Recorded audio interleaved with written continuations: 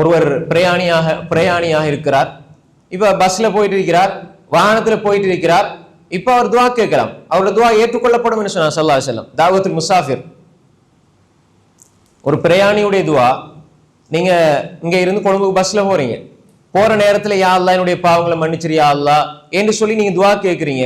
இந்த துவா பதில் கொடுக்கப்படும் என்று சொன்னாங்க ஸல்லல்லாஹு அலைஹி வஸல்லம். ஸலாத்து தஅவாத்தின் முஸ்தஜாபாத் லா ஷக்க ஃபீஹின், 3 பிரார்த்தனைகள் அதற்கு பதில் கொடுக்கப்படும், அதுல எந்த சந்தேகம் இல்லை. அதுல ஒன்று தாவத்துல் முசாஃபிர், பிரயாணியுடைய துவா. ஒரு ஆள் உங்களுக்கு அநியாயம் செஞ்சிட்டார், நீங்க அவருக்கு எதிராக துவா செஞ்சா உங்களோட துவா ஏற்றுக்கொள்ளப்படும். தாவத்துல் மதுலூம், உடனே அல்லாஹ் தஆலா ஏற்றுக்கொள்வான். அப்ப நீங்க அநியாயம் இழைக்கப்பட்டாலே உங்களோட துவா ஏற்றுக்கொள்ளப்படும். அப்ப இப்படி துவாக்கள் நீங்க கேட்கிற பொழுது அது ஏற்றுக்கொள்ளப்படும் என்பதை அல்லாஹு தஆலாவும் அல்லாஹ்வுடைய தூதரும் எங்களுக்கு சொல்வதை நாங்கள் பார்க்கிறோம். எனவே அன்புக்குரிய சகோதரர்களே, இந்த துவா ரசூல் ஸல்லல்லாஹு அலைஹி வஸல்லம் சொன்னார்கள், நீங்க துவா கேட்கிற பொழுது அல்லாஹ்விடத்துல எப்படி கேட்கணும், அது ஆதாப்ல பின்னால வரும். இந்த செய்தியை நான் சொல்லி ஞாபகப்படுத்துகிறேன். உதுல்லாஹ வ அன்தும் மூகினூன பில் இஜாபா, அல்லாஹ் நிச்சயமாக பதில் தருவான் என்ற நம்பிக்கையோடு தான் நாங்க துவா கேட்கணும். அல்லாஹ் எங்களுக்கு நிச்சயமா பதில் தருவான் என்ற நம்பிக்கையோட நாங்க துவா கேட்கணும். அப்ப என்ன அர்த்தம் என்றால், அல்லாஹு தஆலா பதில் தருவான் என்பதை அல்லாஹும் சொல்லியிருக்கிறான், அல்லாஹ்வுடைய தூதரும் எங்களுக்கு சொல்லி தந்திருக்கிறார்கள். அப்ப எனவே துவா எல்லா நேரத்திலும் நாங்கள் அல்லாஹ்விடத்துல துவா கேட்கணும். பொதுவாகவே நாங்க பாருங்க, ஒருவர் தும்மிட்டு அல்ஹம்துலில்லாஹ்னு சொன்னாலே நாங்க என்ன சொல்றோம், அவருக்கு துவா தான் செய்யறோம், யர்ஹமுக்கல்லாஹ். அவர் தும்முனாரு, அவர் அல்ஹம்துலில்லாஹ்னு சொன்னாரு, நாங்க என்ன சொல்றோம், அல்லாஹ் உங்களுக்கு ரஹ்மத் செய்யட்டும் என்று. அப்ப எனவே எந்த அளவு ஒரு மனிதன் அல்லாஹ்வுடைய அருளை ஒவ்வொரு நொடியும் கேட்கணும்.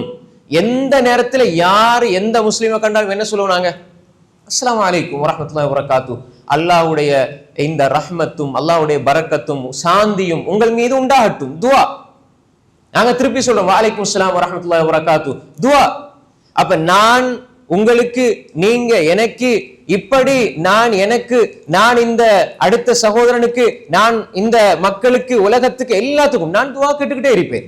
துவா என்பது மனிதனோடு சேர்ந்திருக்கிற, மனிதனோடு இணைந்திருக்கிற ஒவ்வொரு நொடியிலும் துவா, ஒவ்வொரு நொடியிலும் துவா. பிஸ்மில்லா, எல்லா விடயங்கள் பிஸ்மில்லான்னு ஆரம்பிக்கணும். சாப்பிடுறதுக்கு அல்லாஹ்வுடைய பேரை கொண்டு நான் ஆரம்பிக்கிறேன். அப்ப எனவே ஒவ்வொரு மனிதனும் எல்லா நிலைகளிலும் அல்லாஹும்ம இன்னி அஊது பிக்க மினல் குபுதி வல் கபாயிஸ், துவா கேட்டு தான் உள்ளுக்க போறோம்.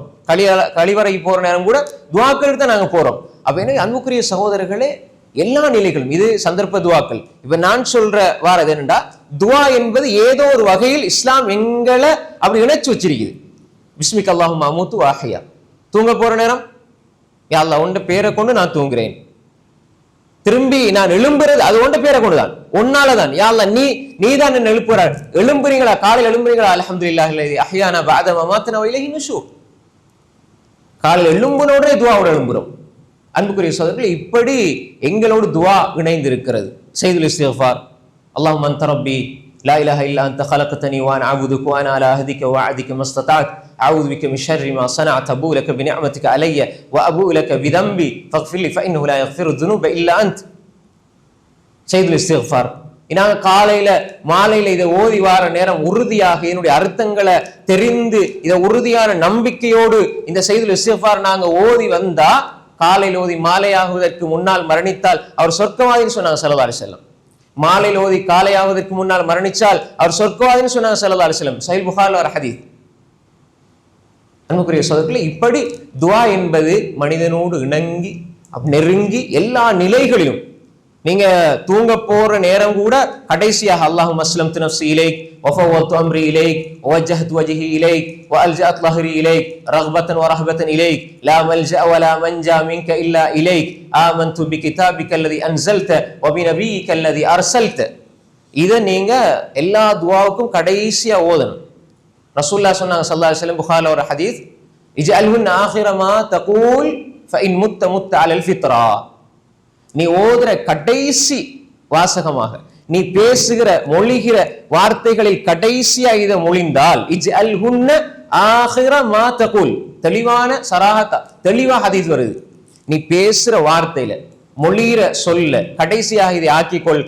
முத்த நீ அப்படி தூக்கத்துல மரணித்தால் முத்த அலல் ஃபித்ரா நீ இஸ்லாமிய மார்க்கத்தில் மரணிப்பாய், முஸ்லிமா மரணிப்பாய். அல்லாஹ் என்ன சொல்றான்? யா அய்யுஹல்லதீன ஆமனு தக்குல்லாஹ ஹக்க துகாத்தி வலா தமூதுன்ன இல்லா வ அன்தும் முஸ்லிமூன். முஸ்லிம்களா மரணிங்க. அப்ப நீ முஸ்லிமாக சொர்க்கவாதியாக மரணிக்கிறாய். அப்ப இந்த துவா அல்லாஹும்ம அஸ்லம்து நஃப்ஸி இலைக் பாடமாக்கி ஓதுங்க. இந்த துவா ஒன்னொன்னா விளங்கப்படுத்துறதுக்கு நேரம் போதாது, ஞாபகப்படுத்திட்டு போறேன். துவாக்களை நீங்க அந்த தூங்க முன்னால ஓதுற துவாக்களை நீங்க பார்த்து எழுதி கொள்ளலாம் இன்ஷா அல்லாஹ். அப்ப பாருங்க, ஒரு மனிதன் தூங்குகிறான் துவா, எழும்புகிறான் துவா, இதெல்லாம் சந்தர்ப்பங்களோடு இணைக்கப்பட்ட துவாக்கள். அடுத்த இந்த பகுதியில நாங்க முக்கியமாக எடுக்கணும், நாங்க அல்லாஹ் இடத்துல எங்கட தேவைகள், எங்கட ஹாஜத்துகள், எங்கட விஷயங்கள் அல்லாஹ் இடத்துல எப்படி கேட்கிறது. அன்புக்குரிய சகோதரர்களை, முதலாவது இதா சஅலக இபாதி அன்னி, ஏண்ட அடியான்னு சொன்னா அவன் அகீதா தெளிவா இருக்கணும்.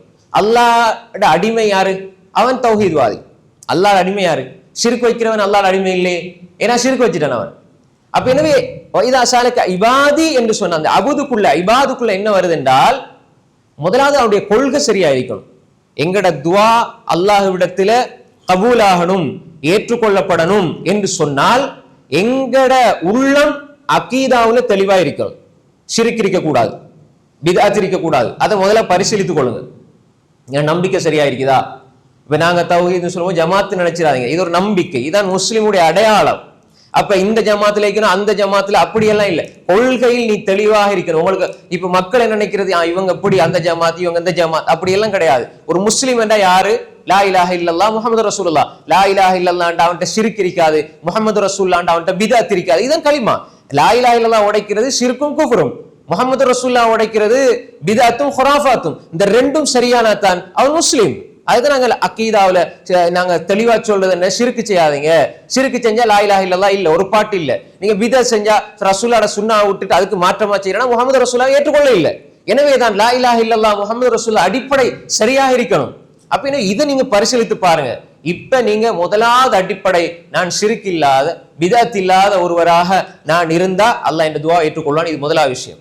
இரண்டாவது அன்புக்குரிய சகோதரர்களே, நாங்க துஆ கேட்கிற பொழுது நாங்க இஹ்லாஸோடு துஆ கேட்க வேண்டும். முதலாவது ஈமான், இரண்டாவது இஹ்லாஸ். இஹ்லாஸ்னா உள தூய்மை.